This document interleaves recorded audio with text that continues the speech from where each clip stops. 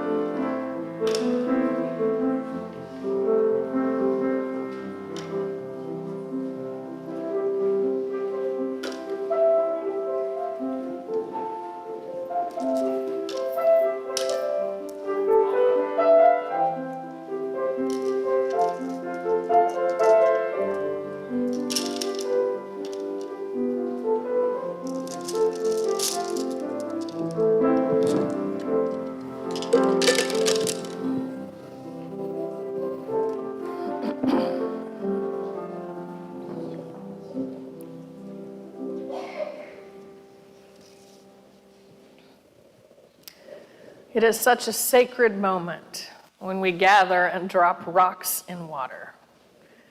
And thank you for joining me in that each week. Today we celebrate the phenomenal turnout to protect our democracy yesterday.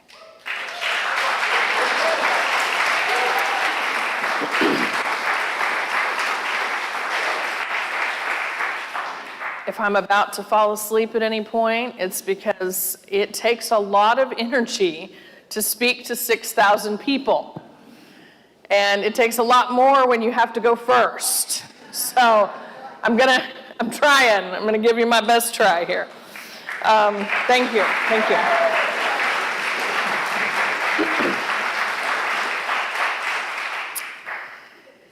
Today we lift up McCall Shar for her continued healing after her car accident and all of those other unspoken requests, all the conflict in the world, all of the things falling apart, all of the things heavy on our souls. May we hold them together in love. Please join me in the spirit of prayer and meditation, followed by a moment of silence. In this community, we hold hope close. We don't always know what comes next, but that cannot dissuade us. We don't always know just what to do, but that will not mean that we are lost in the wilderness.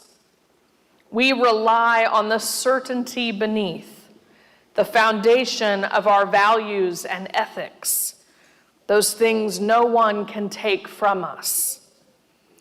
We are the people who return to love like the North Star and to the truth that we are greater together than alone. Our hope does not live in some glimmer of an indistinct future. Rather, we know the way of the world to which we dream, and by covenant and movement forward of one right action and the next, we know that one day we will arrive at home. In the silence, may we abide as one body in the spirit of faith, hope, and love that is the story and vision of this church. Let us take a moment of silence together.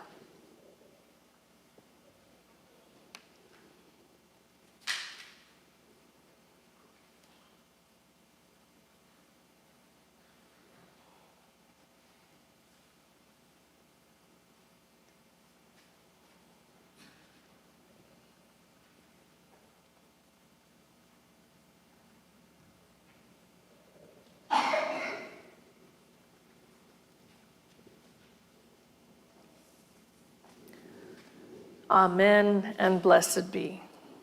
Will the children please come forward?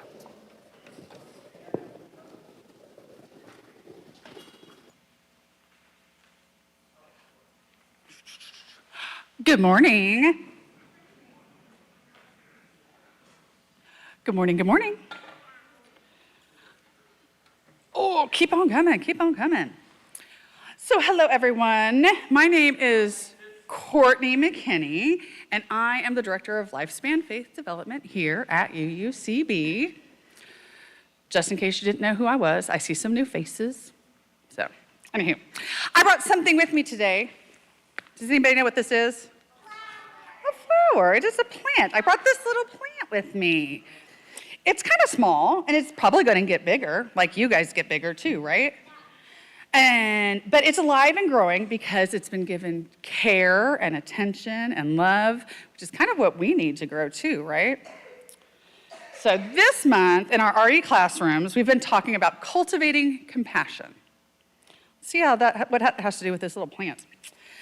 So the word cultivating means helping something grow, like in a garden. I know some gardeners, we have some gardeners in here. And compassion means caring deeply for others and wanting to help someone when they're hurting.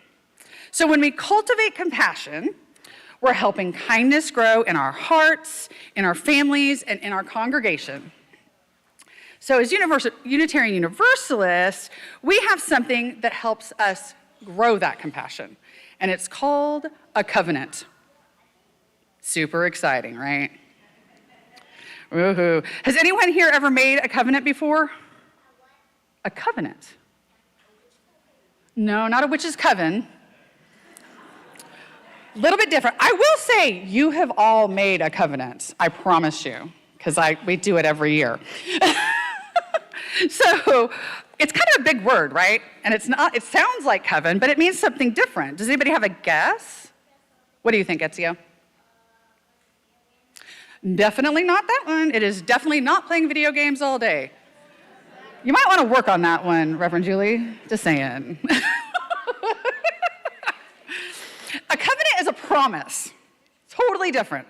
It's a promise, but not just any promise.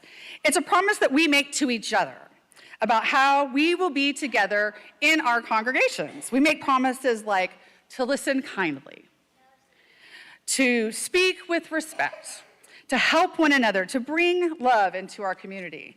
It's not rules, that's different. We have rules at school where we're like, keep your hands to yourself and don't talk to your neighbors. Here it's things we are going to do. It's a promise on how we're going to treat each other. So now imagine that there was a community that decided to plant a promise garden, and everyone brought something to plant. Somebody brought sunflower seeds, somebody brought tomato seedlings, and then someone else brought like a little apple tree. And they're gonna plant these all in a garden. It's definitely a diverse garden. But before they planted, they made a covenant, a promise about how they would care for the garden together. At first, it was easy because the sun was shining and the soil was soft and everyone was still really excited about the garden. But as time went on, things got a little harder. Uh-oh. One day, Sam forgot to water the garden. Another day, Maya accidentally stepped on a row of brand new sprouts. Uh-oh. And then another day, someone was really upset because the tree didn't have apples yet. Oh no. Then the garden started to wilt. They gathered in the middle of the garden and sat quietly for a little while, and finally someone said softly, "Remember our promise? Not just for the plants, but to each other? Our covenant helps us grow, just like the garden does." So they began again, but this time with compassion. They forgave each other. They helped each other. They cared not only for the garden, but for each other and for their relationships. And soon the garden began to thrive again, green and full and alive. That promise garden is a lot like our congregation. Our covenant helps us grow. It reminds us that being a community isn't always easy. Sometimes it's a little hard. But when we act with compassion, when we listen, when we forgive, when we care, when we help, we make something beautiful together. So this little plant isn't going to grow if I ignore it or if it's treated unkindly, but with care and compassion, it will become something strong. And so do we. We live our covenant together with love. The end. All right, my grown-up friends, could you sing us downstairs for some community time?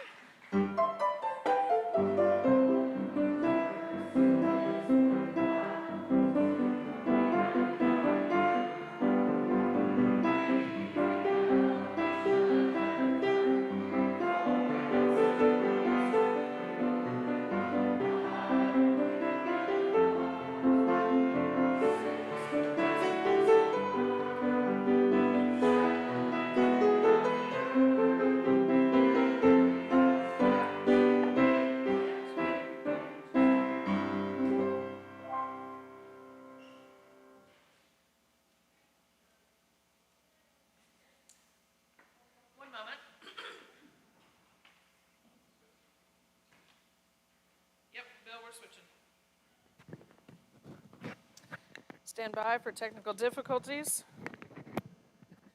I don't know why lapel pins are gendered. That's a whole nother sermon.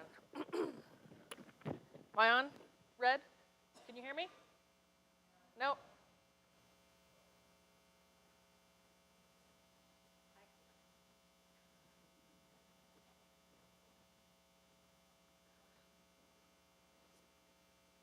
Trying again? You want to hand me that, Patty? And I'll just, yeah. It's on. It is on. It is on. How about that? All right. Can you hear me? Okay. Now, yesterday was important for a lot of people, and I appreciate that there is a need for us to gather and realize that we are not alone.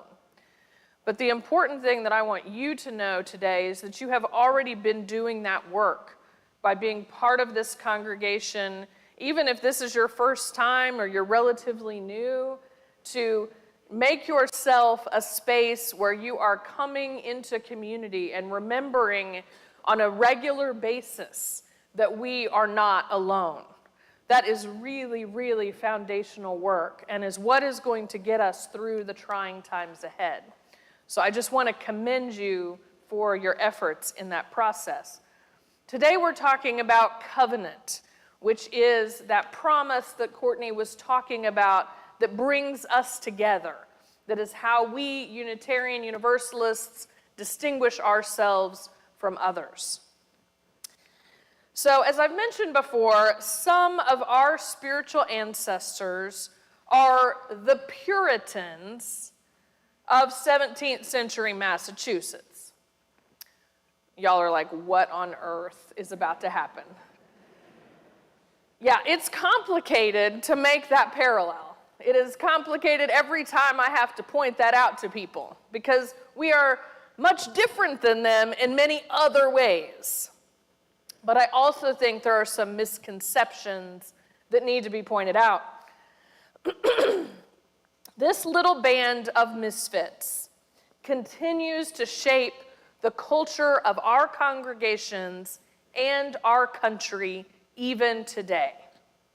When they arrived in New England, they established a theocracy with laws and social norms borrowed from their holy text. Here are some things you may not know, though, about the Puritans. They established the 6-day work week, and they banned celebration of all holidays. That sounds on par, right, with what you remember? They are literally the reason we call it the Protestant work ethic. Yeah, that's them. They expected, the Puritans did, they expected the government to enforce moral standards. But they were not teetotalers. They occasionally drank alcohol. Are you surprised about that? Yeah, they could party. They just wanted to make sure that their taverns were not indecent. So as long as you kept your clothes on, it sounds like it worked out okay. They banned disagreements over the doctrine of the church. You couldn't even talk about it. You could not even talk about what the church believed. No one was allowed to disagree.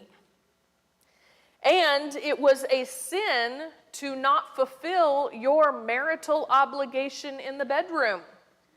But the Puritans did allow for divorce. Surprised? Yeah, they did.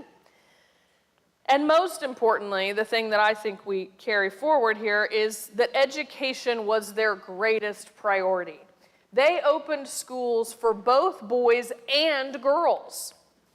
And eventually, they were part of the founding of Harvard University. Families were expected, theologically, to ensure that all children could read, because if they could not read the scriptures, they were in trouble. Most importantly for us, though, as Unitarian Universalists, is that they rejected the notion of centralized authority for churches. They had come out of the Protestant Reformation, rejected the Catholic Church, and so they demanded that each church govern itself. Each relationship in the community and how the church was governed by a covenant. And today, we define our church's membership by those who agree to do their best to abide by the covenant. We do not even expect perfection. It's just a try. And we are a covenantal people. What does that mean? We often think of the word covenant as an overly religious scriptural word, and it does come out of the biblical tradition. It is a translation of the Hebrew bereth and the Greek diakethe. And in Jewish and Christian scriptures, the ritual of covenant explains the relationship between two parties, sometimes two people, like a marriage covenant, or at other times between an entire people and their deity. In the 14th century, covenant began to be used in the legal sense, but it was more than a contract. It was a promise made by deed. It became a word referring to a solemn agreement between members of a church in the 1630s with the Scottish Presbyterians. In 1648, the descendants of those Puritans, the Congregationalists, created the Cambridge Platform, which was inherited by the Unitarians. And in 1803, the Universalists wrote what is called the Winchester Profession. And in both of those documents, unlike the legal covenants from earlier or the biblical covenants, these two documents didn't describe a top-down hierarchical approach to covenant. Both of these documents were created through a democratic process and the consent of those participating. These covenants did not require a certain set of beliefs, but rather affirm a set of mutually shared loyalties, as Reverend James Luther Adams pointed out. We don't have a set of beliefs required for membership here. We have a set of promises to one another.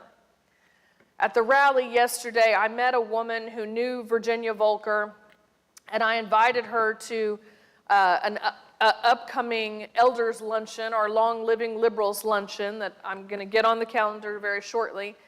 And she said to me, "Well, I can't come. I'm an atheist." I was like, well, if the atheists aren't welcome, my church is going to be pretty empty. So, so convinced her of that. But we have no definition of that. We are not all atheists. We are not all anything. We have no prescribed religious beliefs among one another. And for most people, that is mind-blowing. How can you have a group of people gather together and do this thing that we do every Sunday morning and believe different things? We can do so because of covenant. Reverend Victoria Stafford preaches this: covenant is a promise I keep to myself about the kind of person I want to be, the kind of life I mean to have, together with other people and with all other living things. Reverend Aaron White writes this: ours is not a creedal, but a covenantal faith. How are we going to live here on earth with others? I don't come here to Sunday service to be better than others or to secure a special place for me and my family. Every time we come together here on a Sunday, we are re-upping on a promise we have made about how we will live in a covenantal community. I have to actually trust you to love me when I screw up, and when I am not right, and when we disagree, and when I have made profound mistakes. Reverend Roger Burtshausen says, the document, the covenant, is meant for internal reflection. We don't hold it up and say, you're not doing this, but rather, are we living up to this as a community? In a healthy system, the only people we can change is ourselves. Today, we reflect on what that means together. When our congregations in Birmingham and Tuscaloosa were founded in the 1950s and their initial covenants were written, Alabama was in the midst of the civil rights movement. Society was divided into black spaces and white spaces, and mixing the two was unheard of. It was actually illegal. And yet, mix we did. The Birmingham church was the first white space integrated in the city of Birmingham, inviting black preachers to preach from the pulpit, drawing the ire of white supremacists at the time. Bomb threats were a daily occurrence in our church and at the minister's house, and yet the movement still grew. Even when the outside world was so threatening and menacing and awful, our congregations and church folks welcomed travelers from all over the country to stay in their homes, made sandwiches for hungry activists, and created a carpool from the airport all the way to Selma. Radical hospitality is built into the foundation of our churches. Something else leaked into those foundations too. A generational trauma, which sometimes rears its head as a fear of strangers, a fear of the unknown, because we don't always know someone else's intentions. There are those who think we should just hide up on our hill here to stay safe from all the ruffians. And there are those who also feel the liberation of this non-creedal faith so liberating they must share it with everyone they know.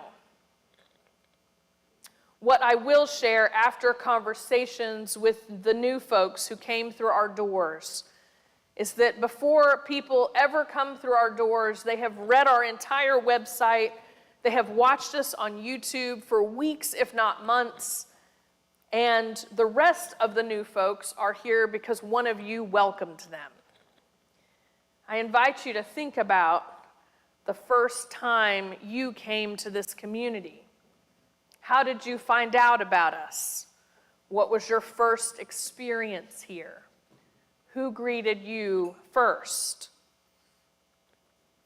Sometimes our realistic humanism, where we realize that people are capable of really amazing things and really awful things, prevents us from witnessing the excitement of discovery which most of us who found this faith experienced at some point in our lives. But the curiosity about the sincerity of new folks is not a new idea either. The Puritans had a solution for this. I know you were hoping I had moved on. I haven't. To become a Puritan, a person needed to have a personal conversion experience. Has anyone come from a tradition that required a personal proving of how amazing you were? And then they were expected to be educated on what it meant to be a Puritan. As the Puritans settled in New England and they had children, and those children grew into adults and invited their friends from other towns, all of those who wanted to be a part of the faith tradition did not have a personal conversion experience anymore. How do you expect our children gathered here to have a personal conversion experience of Unitarian Universalism? They won't have one. And maybe that's a good thing. And instead of deleting the part of their doctrine that required that conversion experience, the Puritans created what is known as the halfway covenant, where those second-generation adults could ask for their children to be baptized, and they could participate in church, which means they could give money, but they could not be allowed to join the church, and they could not vote either. The Puritans' lack of foresight in how to inspire and develop the next generation of members is what most historians believe led to the death of Puritanism. Learning how to trust one another, both the people who have existed here and the new people in our ranks, in the context of community, has been a struggle for as long as people have formed groups to be together. Our guidelines about how to build that trust are part of the covenant written and voted in by the congregation 6 years ago. In the spring of 2019, we had a diverse team of folks draft a new covenant for our congregation. We actually believed we didn't have one at all, and it was after the 6-month process that we discovered, tucked away in a closet downstairs, our original covenant. So we were never without one, but we wrote a new one anyway. By democratic consensus, it was approved at our church meeting at our 2020 congregational meeting. Does anyone remember our 2020 congregational meeting? It was entirely on Zoom, because we were in the midst of a pandemic. But it was that important that we solidify the work this committee had done and to install this new covenant into our lives. Our covenant is how we live out our principles and our mission, and is conveniently printed on the front of your order of service.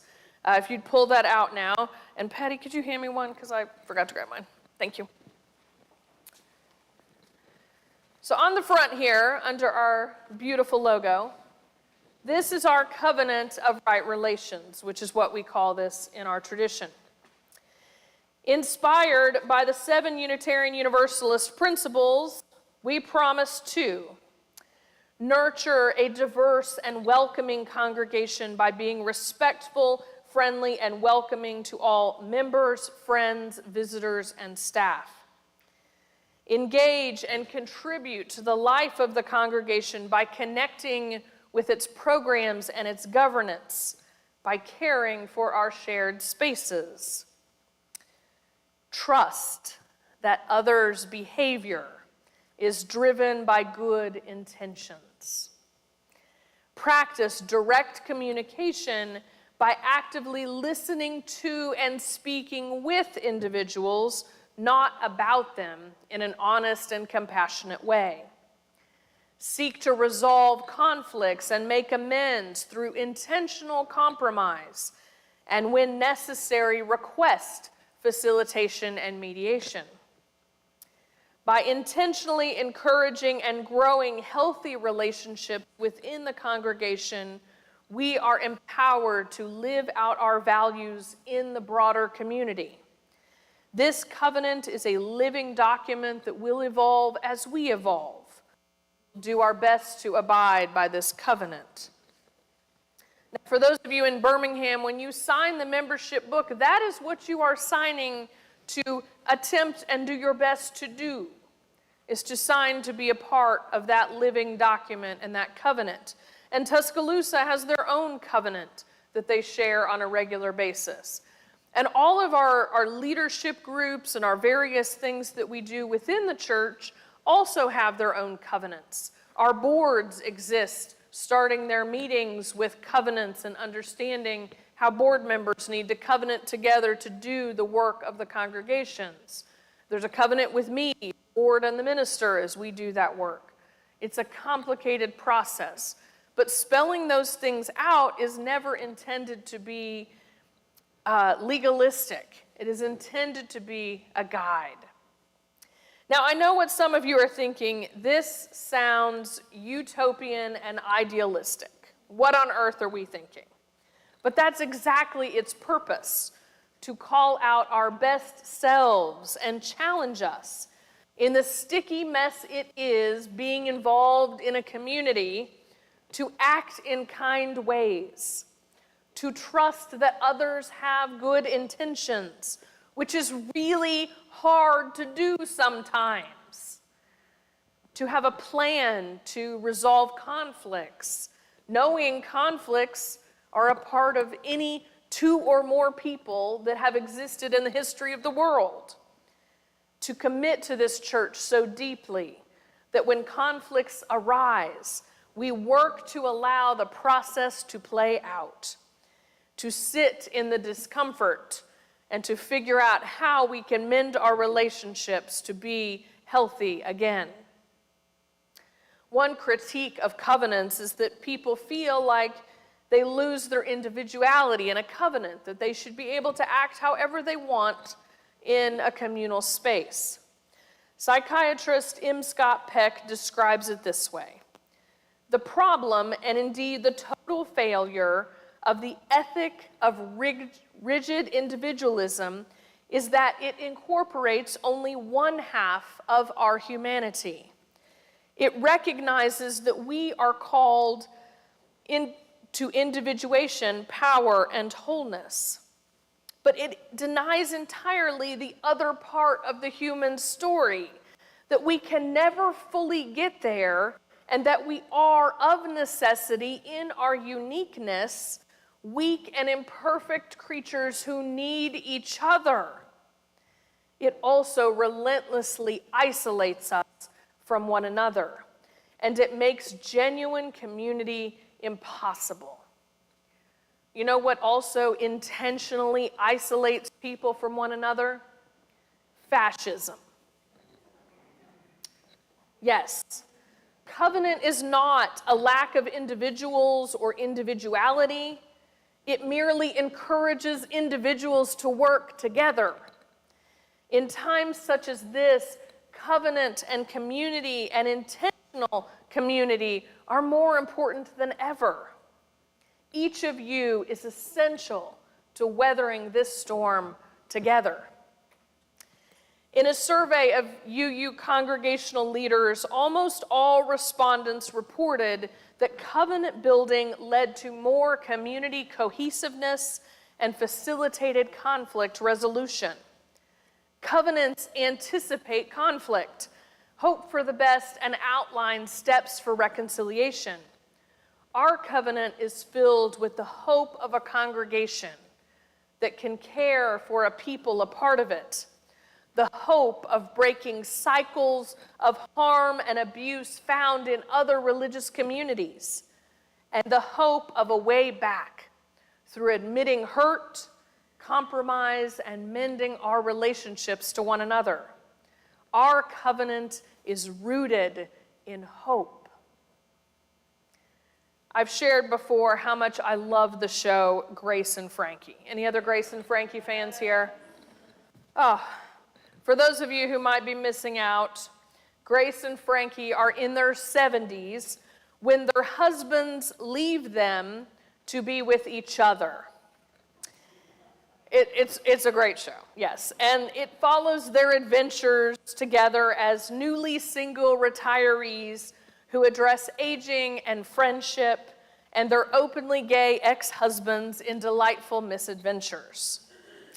Frankie, who is played by Lily Tomlin, is our representation of a UU vibed person. She's a hippie, she's open-minded. At one point in the show, she opens a sex-positive business aimed at helping older women. You get the gist. She's one of ours. And in one episode, the ex-husbands, Saul and Robert, are having a squabble. And so Frankie runs to her closet and she pulls out the conflict resolution sweater. It is 2 sweaters that have been sewn together that cannot be removed until the wearers have resolved their conflict. The intentional act of working something out face to face has the situation amicably resolved very shortly, as you imagine. And when many folks read our covenant, the reaction we normally see is, well, duh, most of this is common sense. It seems that way, and yet it's easier said than done. but it is our equivalent of the conflict resolution sweater. Maybe we need our knitters to get us a covenant resolution sweater. Having lived out our covenant with each other for 6 years now, the biggest challenge continues to be that process of reconciliation. Our society does not teach conflict resolution. We are conflict-averse people. Nobody likes to be in conflict, right? It's not comfortable. Our covenant is one way of us saying, both of you, all of you, are important to this church. Let's figure this out together. Our covenant is one of those ways that we are countercultural because we want to foster healthy relationships and conflict resolution because each of us matter to the greater whole. From our association, Unitarian Universalism is not a creedal faith, it is a covenantal faith. More properly said, we are a covenantal faith. We promise each other to behave in certain ways and to create common aspirations. In doing so, we choose to acknowledge the value of centrality, of organization, of community, to embrace the practice of covenanting among congregations. It is our promises that hold us together. A covenant, a promise, can only exist with intention and be kept alive with intention. Covenant is essential to what Unitarian Universalism is, and we are inattentive to it at our own peril. Our hope lies in this covenant, this promise that finds its power not with words, but with actions and behaviors. Our covenant holds the power of healthy community. And I want to point out, there is another covenant in your order of service that you may not realize. It's on the back, and this is our covenant as a congregation to the other Unitarian Universalist congregations throughout our country and world. This part you don't even have to agree to, but this is how we operate as a church in existence with our other UU congregations. And this was also voted on by Democratic consensus in a very lengthy process spanning way too long. But yes, this is our Unitarian Universalist covenant as well, and I'll let you read that later.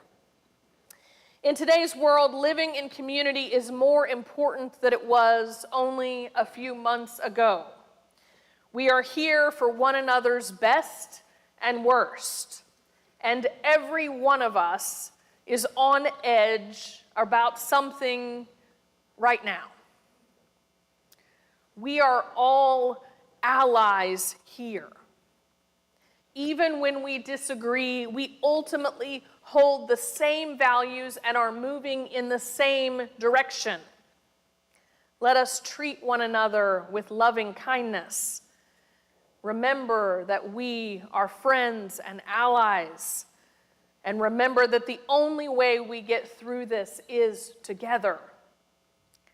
As you go forth today, take a special effort to welcome one another. Remember that first greeting that you had and extend it to someone else.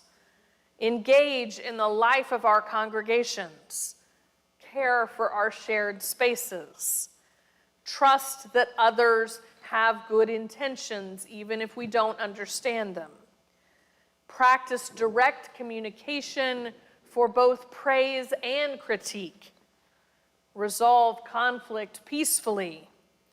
These are the ways that we live out our values and nurture a healthy community. And each of you is essential to this work. We are all in this together. We need not think alike to love alike. Amen.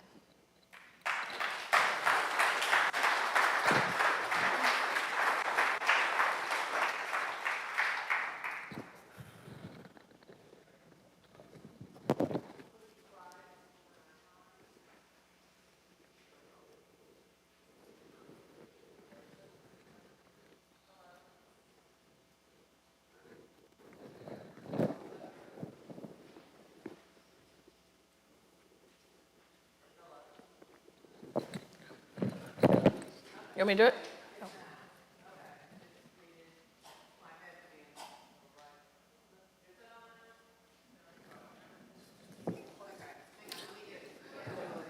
Please rise in body or spirit and join in singing hymn 131. And if you'd like to join the church, please come forward during the closing hymn. Thank you. Love will guide us, peace has tried us, hope inside us will lead the way. Sign here, right here, address, and then wait up here with me. Hard night, if you cannot sing like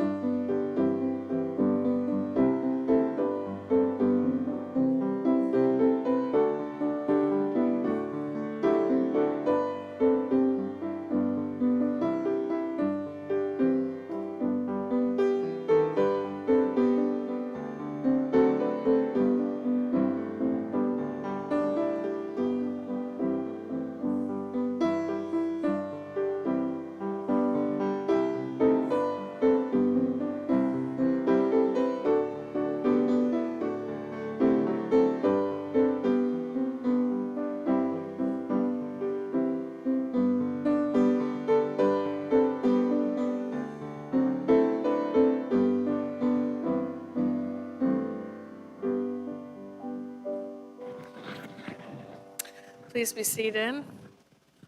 We're going to share a mic this morning. I would like to introduce our newest member and let them explain how they found us and why they are joining us this morning.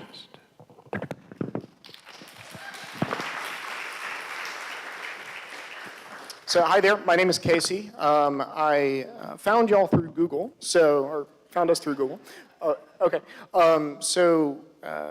we have internet visibility. I am like a queer, secular humanist. So finding a congregation that doesn't have a prescribed creed was something that I was definitely looking for and found y'all. So I'm thrilled about it, honestly.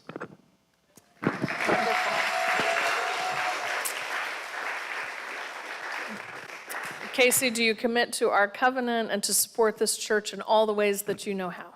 I do. And congregation, will you help me to welcome Casey and to help them become an integrated part of our community?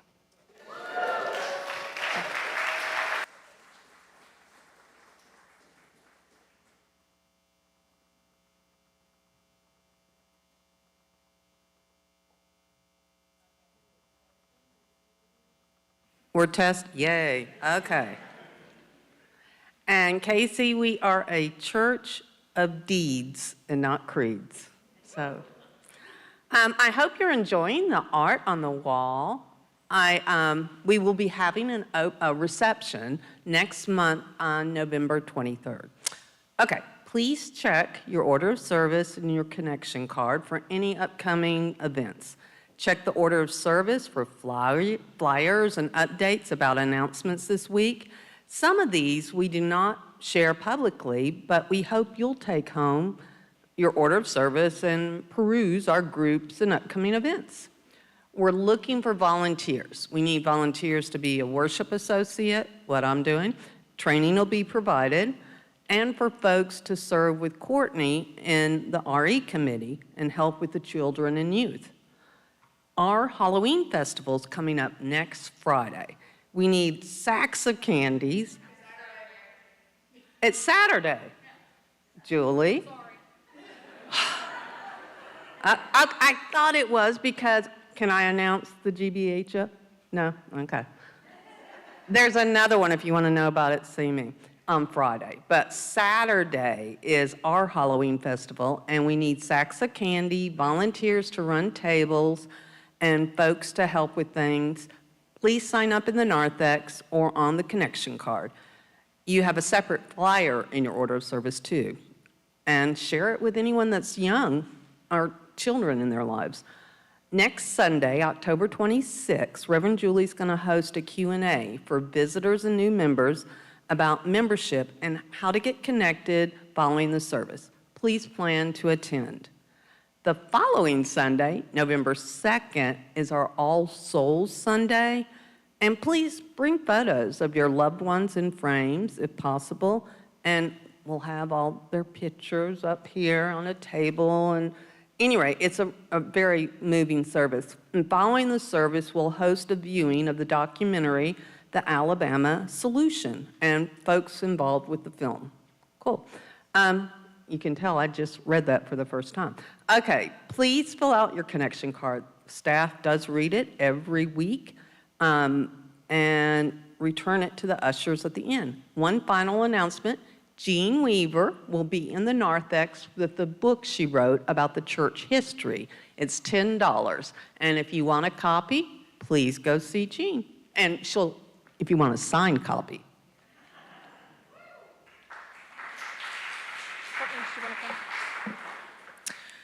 One more announcement. There are a lot of things going on outside this space to advocate for our values in the world.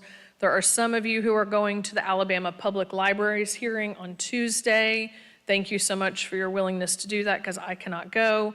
On Wednesday, because of what is in the Alabama Solution, if you have not seen it, there is a rally in Montgomery at 10 a.m. on Wednesday. And if you would like to go, please let me know so we can coordinate, or let the office know, or write it on your connection card.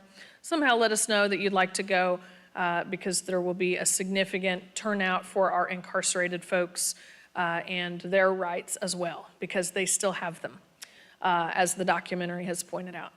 Did you want to say anything else? Are you good? Okay. All right. Paul Mansell. Paul Mansell has a special announcement too.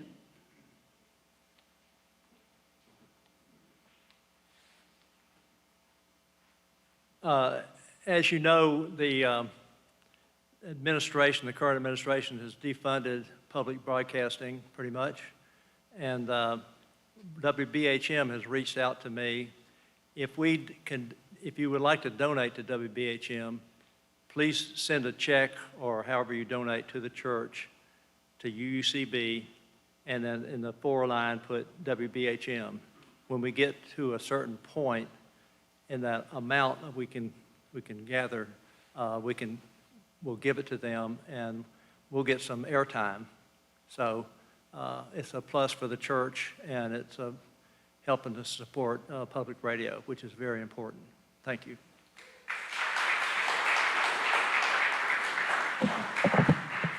Please rise for the extinguishing of the chalice.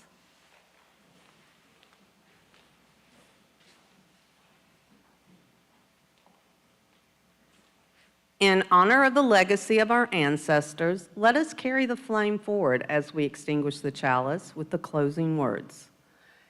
It is our work shared with each other in covenant that creates and sustains this beloved community. We extinguish this chalice, but its light lies on the directions we have chosen today. The light of this faith lives on in us together, in our hearts, minds, bodies, and spirit. Blessed be.